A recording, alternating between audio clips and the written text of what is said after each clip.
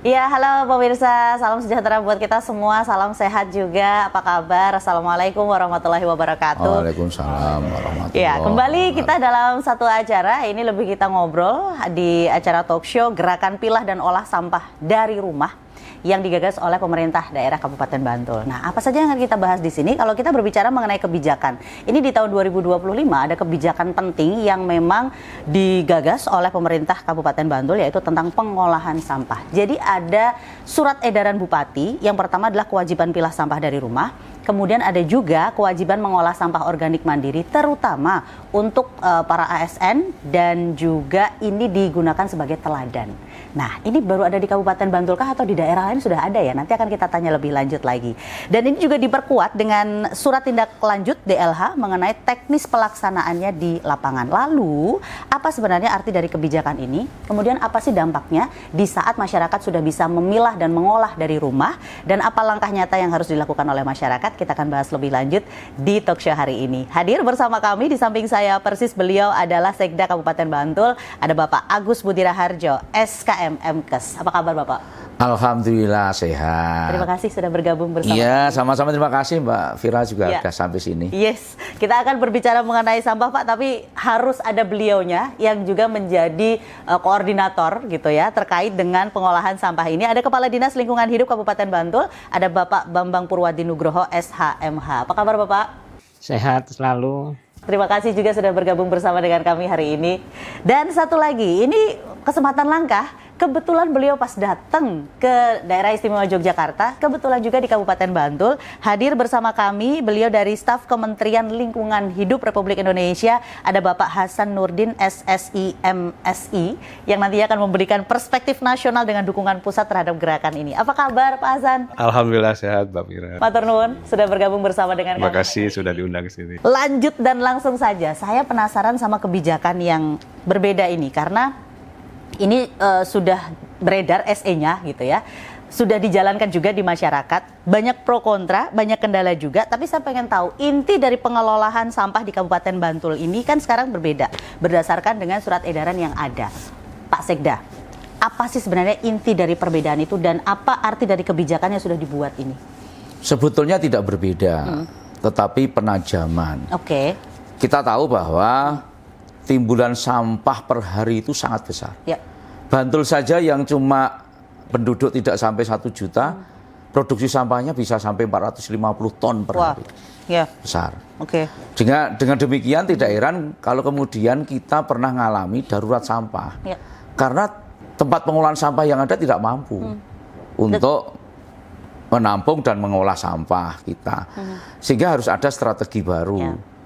Nah, sampah itu paling tidak ada 3 kategori kelompok besar. Satu, sampah organik. Ya. Yang kedua, sampah anorganik.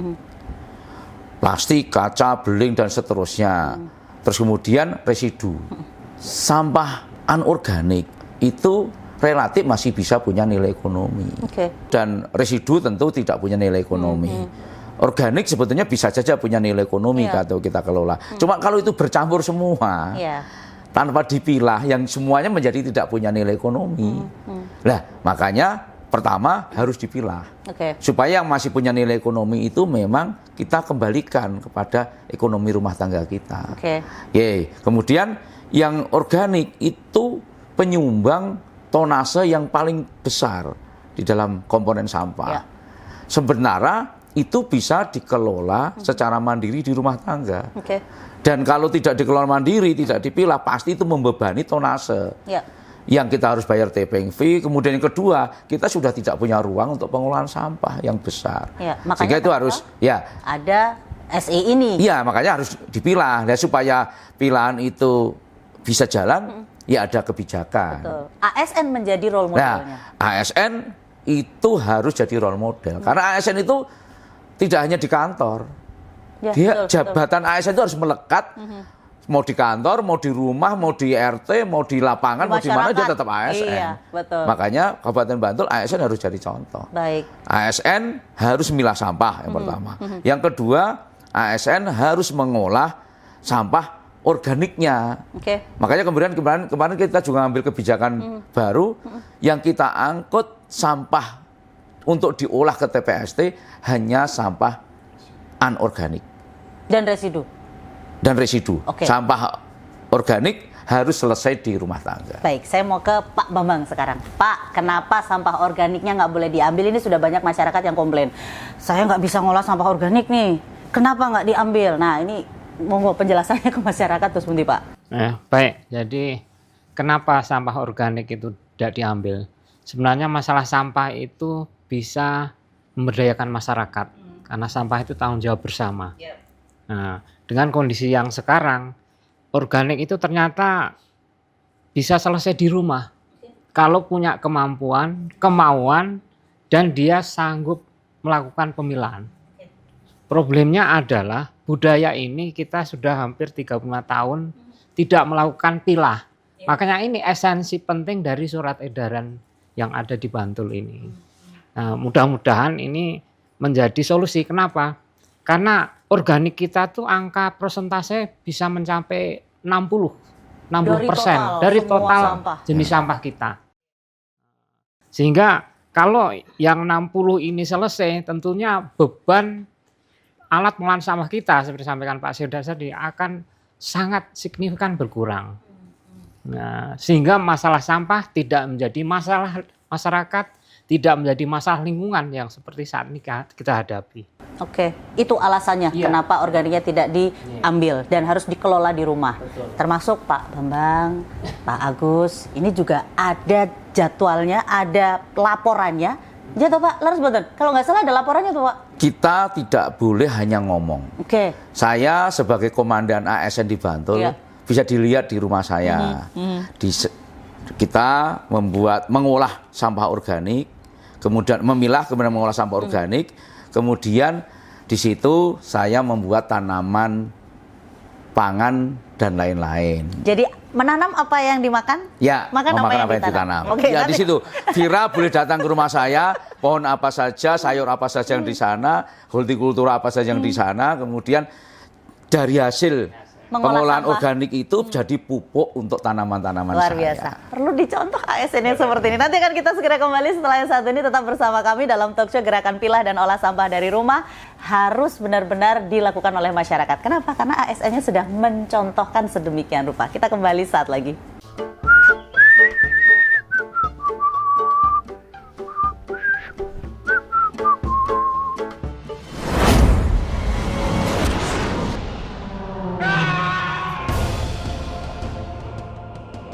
Hei, Pak, ini jalan, bukan tempat sampah. Apa? Heh, makanya kelola sampah dengan benar. Pisahkan sesuai jenisnya sejak dari rumah tangga, sampah organik, sampah plastik, dan sampah yang bisa didaur ulang lagi. Itu, dengarkan. Dengan kelola sampah sejak dari rumah tangga, lingkungan jadi bersih, TPA tidak cepat penuh, dan pencemaran bisa dicegah.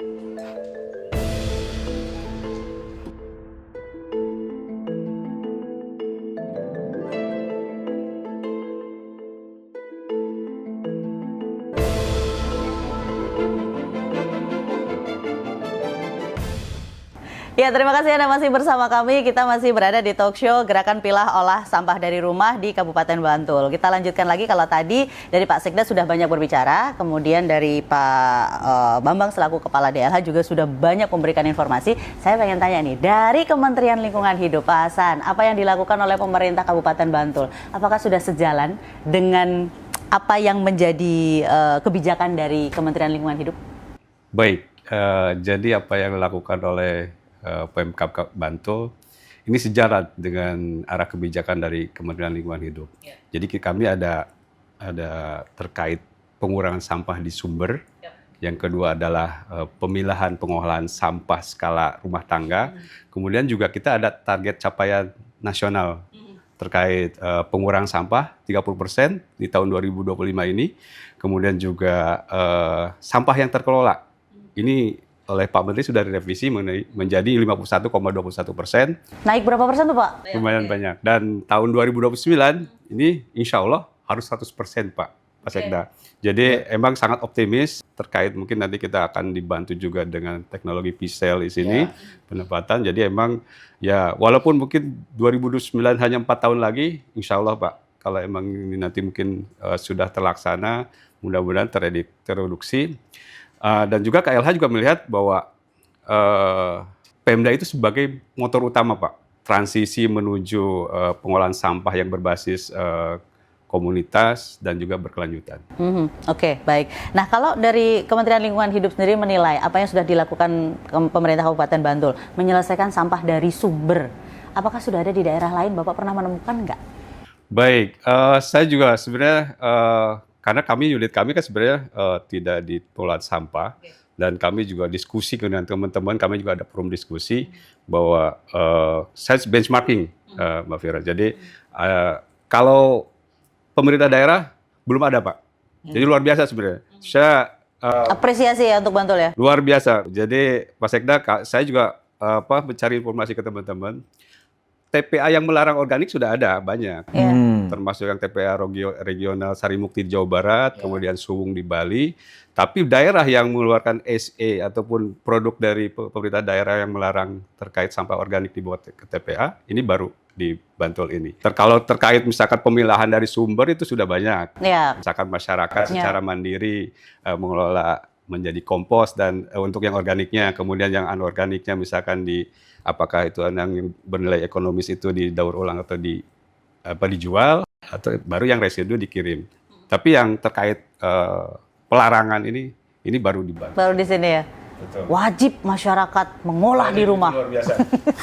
Oke, baik. Yang nggak boleh kalah sama masyarakat. Iya. Saya melihat setelah gerakan ini, saya melihat perumahan, Pak Helapora sekali. Rupanya Mbak Fira itu ini juga tokoh pengolahan sampah pilah dan juga pengolahan. Ya, perumahan di perkotaan atau Bantul perkotaan kok bisa seperti itu, luar biasa.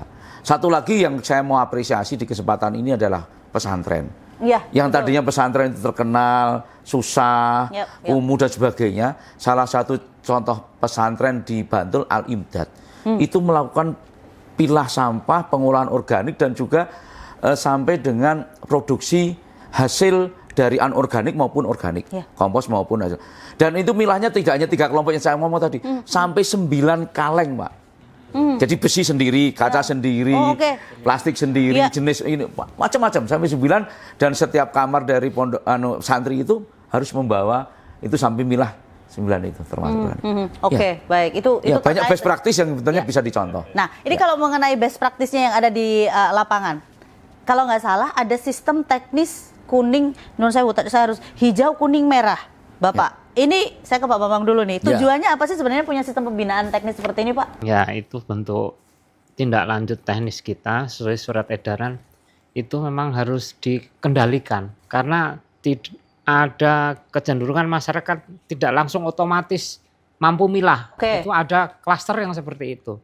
Makanya tahap pertama kita tetap pembinaan, tidak pembinasaan atau tidak penghakiman. Ini saya pegang betul apa yang saya Pak Sekda. Jadi yang pertama ya tentu kalau yang sudah bisa milah tentu kasihnya akan hijau. Kasih kartu hijau.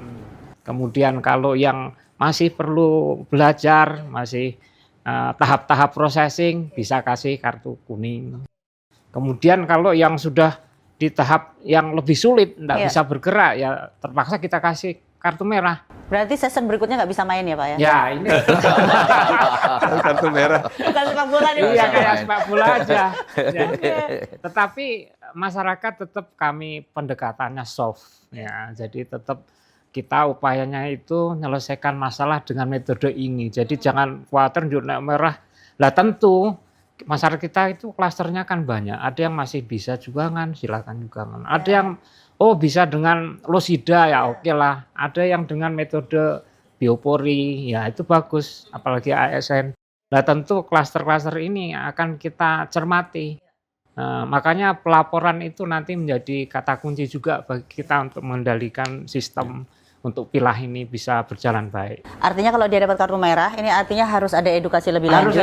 Bisa jadi besok dia jadi kartu kuning gitu ya. Kemudian alhamdulillahnya kedepannya jadi kartu hijau gitu. Oke. Baik, nanti kita lanjutkan lagi. Saya pengen tahu best practice-nya seperti apa. Karena masyarakat juga merasa bahwa ini memilah sampah itu tidak benar-benar semudah itu gitu. Nah, apa yang paling bisa dilakukan masyarakat untuk bisa memilah organiknya di rumah? Setelah yang satu ini kami akan segera kembali. Tetap bersama kami.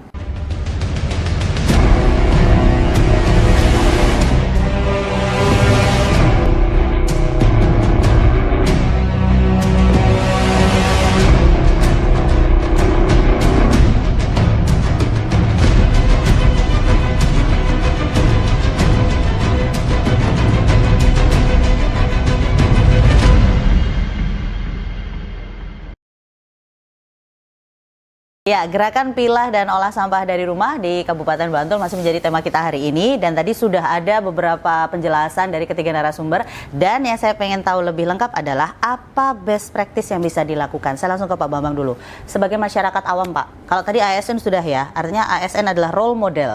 Wes aman lah, apalagi Pak Sekda sudah melakukan dari mulai menanam, komposnya dipakai untuk pupuk, udah selesai di beliau. Tinggal langsung ini aja, masyarakat harus follow Instagram beliau supaya tahu apa yang beliau lakukan ini harus ditiru. Pak, kalau masyarakat umum yang masih belum paham bagaimana memilah, kira-kira organiknya ini paling efektif, mereka harus pakai apa? Nah, terima kasih. Jadi kalau bicara organik itu kita sudah punya macam teknologi sederhana. Jadi kalau yang memungkinkan punya lahan, punya space yang cukup tanahnya, sangat mungkinan untuk kearifan lokal, jadi teknologi jugangan. Dan Bantul sudah ada, kita declare 5.000 jugangan di salah satu kaluran, namanya Kaluran Caturharjo. Nah ini kemudian kami sangat terima kasih, itu tidak hanya menggerakkan masyarakat, tapi perguruan tinggi juga ikut masuk ke situ dengan edukasinya, dengan KKN tematiknya. Kemudian bisa juga menggerakkan ekonomi. Nah, karena apa? Kompos yang jugangan itu ternyata bisa nilai jual. Nah, ini luar biasa. Kalau itu satu piloting kemudian nanti bergerak ke tempat yang lain, tentu ini sangat optimis bisa menyelesaikan organik. Jugangan pertama ya Pak ya? Oke. Kalau di perkotaan Pak, kan nggak mungkin Pak perkotaan punya lahan bikin jugangan itu Pak. Contoh di saya, jadi saya separuh curhat Pak ya. Tempat saya nggak bisa bikin jugangan. Kota ya. Karena maksudnya perkotaan. Jadi Tuhan itu ada, jadi tidak usah khawatir, tidak usah takut bagi masyarakat. Oh, saya enggak punya halaman rumah saya kecil, tipe SSS. Jadi ada teknologi yang lain, ya misalnya bisa dia dengan losida, bisa dengan biopori. Nah, dan biopori ini malah istimewa, kenapa? Kalau di musim kemarau pun dia bisa membantu untuk menyelesaikan sampah. Di musim hujan dia juga bisa berbantu, selain mengolah sampah, organik juga menampung air. Untuk resapan. Jadi ada dua keunggulan, sehingga tidak ada rugi sama sekali. Dan tidak butuh space yang luas, lebar ya. Lebar. Kemudian ada bag komposter ya boleh. Kalau mau gotong royong rame-rame, yuk komposter unit juga bisa. Jadi sebenarnya banyak pilihan. Nah, tinggal kita pilih mana. Mana yang sesuai dengan yang diinginkan masyarakat. Baik, satu bisa bikin jugangan, dua bisa pakai losida, bisa pakai biopori, bisa pakai komposter bag, mau pakai ember tumpuk juga bisa. Ya, jadi banyak pilihan. Jadi tidak ada alasan untuk tidak bisa ngolah organiknya. Oke. Kemudian kalau untuk program dari Kementerian Lingkungan Hidup Pak, kira-kira ada nggak nih yang bisa dilakukan untuk membantu menyelesaikan masalah sampah di daerah? Mungkin dari teknologi, mungkin dari pendampingan gitu Pak. Ya baik, jadi karena ini sejalan dengan kebijakan KLH ya, tentunya kami sudah menyiapkan juga instrumen-instrumen terkait program pemilahan sampah terutama ya. Karena kami kampanye kan mungkin kalau kita setarakan seperti apa, cradle to cradle. Jadi dari aisan ke aisan lagi.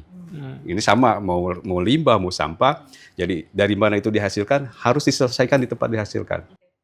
Atau yang lebih kerennya kita ada istilah proximity Pak Kades, Pak Sekda, Pak Kadis.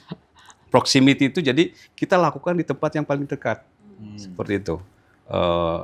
Jadi emang komunitas based on community kita melakukannya. Tentunya emang kami juga makanya di KLH itu sekarang ada fungsional penyuluh lingkungan hidup. PLHI, ya, selain yang pengendali dampak lingkungan, nah PLHI ini adalah juga penyuluh-penyuluh yang memang lebih terfokus kepada kita menyampaikan program-program dari pemerintah, terutama di LH, terutama emang kalau di deputi kami, kedeputian kami, pengolahan sampah limbah dan B3, itu fokus kepada pengolahan sampah. Jadi itu yang menyampaikan kalau misalkan kita ada kebijakan-kebijakan terkait pengolahan sampah, PLHI ini yang paling tepat. Kalau di Bantul ada Pak, fasilitator pengolahan sampah dari DLH. Leres ya Pak Bambang? Iya betul. Betul. Jadi, saya kira ini tumbuh oleh tutup. Mungkin bisa ditranslate ke bahasa Indonesia Pak supaya Pak Hasan lebih paham. Saya agak rumit. Jadi kebijakan dari Sebentar, Tumbuh diulang orang tutup tadi, Pak. tumbuh itu panci tradisional dari bambu, kata apa namanya tumbuh. Ya. Tutup ya, tutup. Kan Ya. biasanya panci itu ada tutupnya. Jadi ini panci dengan tutup, jadi klop gitu loh Pak, saling melengkapi. Artinya kebijakan dari KLH dan dari Bantul Ya, nyambung gitu Pak. Jadi gimana Pak? Mau nggak dilanjutkan Pak Bambang terkait Jadi fasilitator? kebijakan dari KLH sudah kita terjemahkan ke sistem yang paling dekat dengan masyarakat, sehingga apa ya? Ya harapannya memang kebijakan itu menjadi operasional. Siap, Ini yang kita lakukan di Kabupaten Bantul. Nah, itu yang utama. Relate ya? Ya, Relate, relate-nya Bu. sangat Klop, Bu. Tidak klop.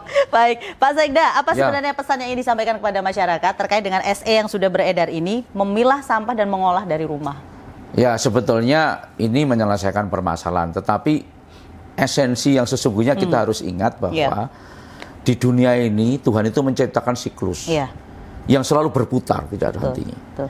Dan coba sampah tadi, sampah organik, kayaknya sampah kita makan ada sisa menjadi organik. Organik kemudian kita olah kayak tadi, ada composting, ada losida, lubang sisa dapur, Ya. ada biopori, ada kemudian untuk ternak maggot. Betul. Itu kan kemudian akan kembali. Terus kemudian composting pupuk dari biopori yang menjadi pupuk tanaman dan itu akan berhasil guna, tanamannya menjadi subur, punya buah atau sayur dan nilainya lebih tinggi. Iya, iya. Ya, artinya yang sampah yang kita namakan sampah itu ternyata semua punya nilai ekonomis. Organik yang katanya bikin bau dan segala macam, itu nilai ekonominya Iya. tinggi. Betul. Tidak ada hasil yang sayur, buah atau tanaman yang lain yang dengan pupuk organik lebih murah dari pupuk kimia, pasti lebih mahal dan lebih berkualitas. Ya. Gitu loh. Dan maggot itu saya kemarin pernah ke Taman Safari yang ngolah Ya. sampah itu jadi maggot. Itu ternyata yang ada diekspor untuk kecantikan, ada yang kemudian dimakan untuk kayak keripik lah. Ya. Itu tinggi protein. Saya dicontohkan, mereka sudah dikeringkan, dibersihkan, langsung makan mentah gitu di depan saya. It's okay. Ya, artinya itu artinya. Apalagi kemudian anorganik sebetulnya itu juga punya nilai Jual. ekonomis. Ya. Kita juga punya teknologi daur ulang. Ya, Kemudian sekarang udah banyak kreativitas dari sampah anorganik yang kemudian bisa menjadi nilai seni dan estetika yang tinggi. Oke. Jadi Tuhan sudah menciptakan siklus. Jadi jangan kita rusak siklus itu, jangan kita putus. Cokro manggilingan itu selalu ada. Wah, cokro manggilingan Pak. Mau lagi. Oke, baik. Iya. Baik, dari Pak Hasan, ada yang ingin disampaikan kepada masyarakat Kabupaten Bantul atau untuk Pemdanya sendiri Pak? Baik, jadi saya melihat justru saya amazed dengan jalan SE yang dikeluarkan oleh Pemkab. Jadi ini saya mudah-mudahan ini justru jadi studi tiru dari daerah lain, Pak. Ya. Apabila misalkan nanti pada implementasinya kita berhasil ya Pak, insya Allah berhasil. Karena kami juga kita menanamkan bahwa sampah itu bisa menjadi sumber daya. Iya. Dan tentunya kalau sumber daya berarti kan ada nilai keekonomisan dan kita sekarang kan menggaungkan sirkular ekonomi ya, Iya, Bung Indra, ya. betul. Jadi bahwa sampah itu menjadi, mungkin saya pernah mengatakan juga kalau orang sudah paham terkait sampah, pengolahan sampah, ngelihat sampah itu bukan sampah, Iya. tapi uang, Pak. Iya. Betul. Oh itu bekas alat elektronik, Uang. itu sekilo 9.000 gitu seperti itu. Jadi apa ya? Karena saya juga sering menyampaikan bahwa kalau misalkan ibu-ibu ke bank sampah kadang, Pak saya cuma dapat 10.000 Pak, sebulan saya kumpulkan, kecil seperti itu. Nah tapi saya sering menjelaskan bahwa kita melihatnya tidak dari yang ibu tabung, Bu. Saya di tempat saya, karena saya di pengelolaannya di komunal, jadi diambil oleh pengelola, saya 1 bulan 100.000 Pak. Kalau saya ikut menabung sampah, Ya. saya mendapatkan misalkan sama 10.000, berarti saya mendapatkan bukan 10.000 Pak. Karena saya udah hemat 100.000 ditambah 10.000. Oh ya. Berarti di saku saya ada 110.000 Pak. Harusnya mengeluarkan uang 100.000. Betul Pak, itu. Jadi apalagi ternyata sampah itu menjadi sumber daya juga seperti itu. Ya tadi mungkin ke depannya seperti bisa. Jadi saya apresiasi juga ke warga Bantul dengan semangatnya. Karena terus terang Pak Sekda, saya itu tim penilai adu pura, Pak. Oh iya. Jadi saya udah keliling-keliling 2 kali. Ya ini kedua kalinya. Ini malah hari keempat minggu ini. Jadi kami sudah diantar ke beberapa tempat, komunitas-komunitas. Dan emang kebanyakan ibu-ibu. Itu luar biasanya, Pak, Bu. Itu mereka penggerak yang luar biasa. Ya. Dan kami juga datang ke sekolah. Tentunya nggak harapan sekolah itu juga. Pesantren didatangi ya Pak besok Pak ya? Insya Allah Pak. Oke, baik. Ya. Pak Kadis, ada yang ingin disampaikan kepada pemirsa Pak, khususnya warga Kabupaten Bantul? Ya, untuk semua warga, mari kita segera merapat, bergerak bersama. Sampah tidak menjadi masalah, tapi sampah cuan. Kuncinya adalah pilah sampah mulai awal di rumah, selesaikan organik di rumah, insya Allah masalah sampah menjadi hikmah. Oke, baik ya. Sampahmu menjadi berkah begitu ya Pak. Kalau dari Pak Sekda, ini terakhir nih sebagai closing statement Bapak. Ya, hari ini kita harus survive. Berarti harus punya tambahan untuk cadangan ekonomi kita. Ya. Yang kedua, tentu ketahanan pangan keluarga. Ketahanan pangan keluarga dengan pangan yang sehat. Ya. Salah satu caranya adalah dengan kompos organik kita. Oke. Untuk itu, mari kita pilah sampah, organiknya kita buatkan untuk kompos, kemudian kita tanam pohon-pohon, sayur dan lain-lain dan buah untuk ketahanan pangan keluarga. Yes. Dan insya Allah dia akan meningkatkan daya tahan ekonomi kita. Oke, baik. Pak Sekda matur nuwun sangat. Pak Kadis terima kasih. Pak Hasan juga matur nuwun sudah berkunjung yang kedua kalinya ke Jogja hari ini sebagai tim penilai Adipura. Dan juga pemirsa, demikian tadi obrolan kita terkait dengan gerakan pilah dan olah sampah dari rumah di Kabupaten Bantul. Mudah-mudahan dengan sedikit yang kita bahas hari ini tapi memberikan banyak manfaat untuk kita semua, terutama untuk warga di Kabupaten Bantul. Jangan lupa pilah dan olah sampahmu dari sumbernya, yaitu dari rumah. Saya Vira Maya dan seluruh kerabat kerja teman-teman yang bertugas hari ini mohon undur diri. Terima kasih, salam sehat untuk kita semua. Salam 3R. Assalamualaikum warahmatullahi wabarakatuh. Waalaikumsalam warahmatullahi wabarakatuh.